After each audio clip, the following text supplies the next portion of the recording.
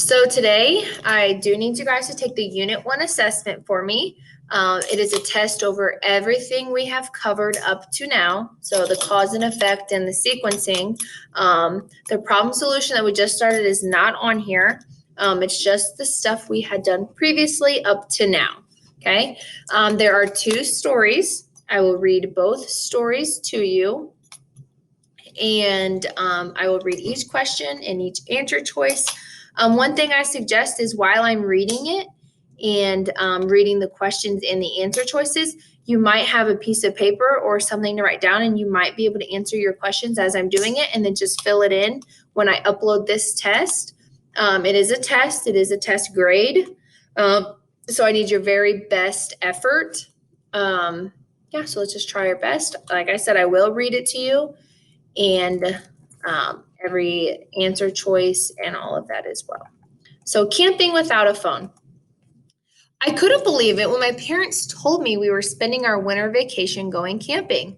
They are always trying to get me to go outside more.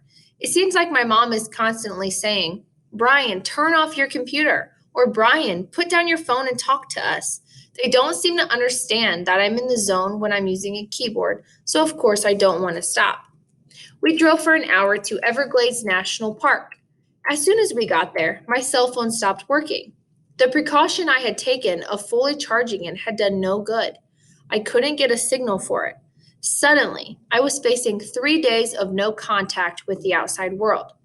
My little brother Ben thought it was amusing, and my mom tried to convince me I'd like it.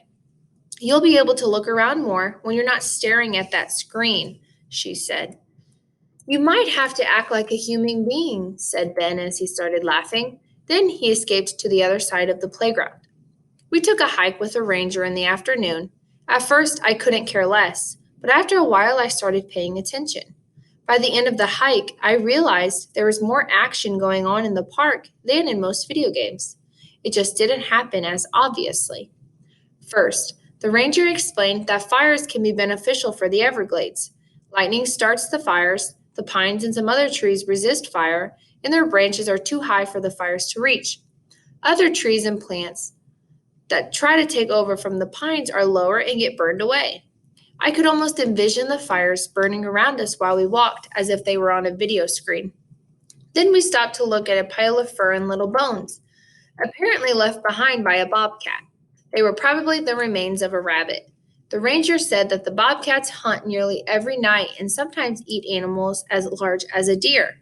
Unfortunately, we didn't get to see the action, but we saw some of the results. Then we saw a wood stork wadding and moving its beak back and forth. It was over 3 feet tall. Because the water is muddy and full of plants, it can't see the small fish it's trying to catch, but its beak is very sensitive.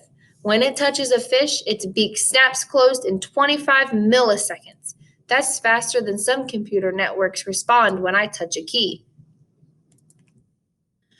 That night I was exhausted from walking all day, and because I didn't use enough sunscreen, I looked a little like what the ranger called the tourist tree.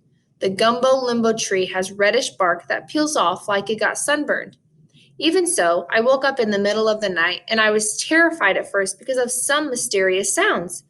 But then I recognized the barred owl the ranger had described to us earlier that day.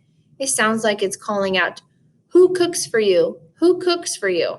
That helped me to relax, so I was able to fall back to sleep. We spent a lot of time exploring over the next 2 days. I started to understand the connection between the land and water and animals.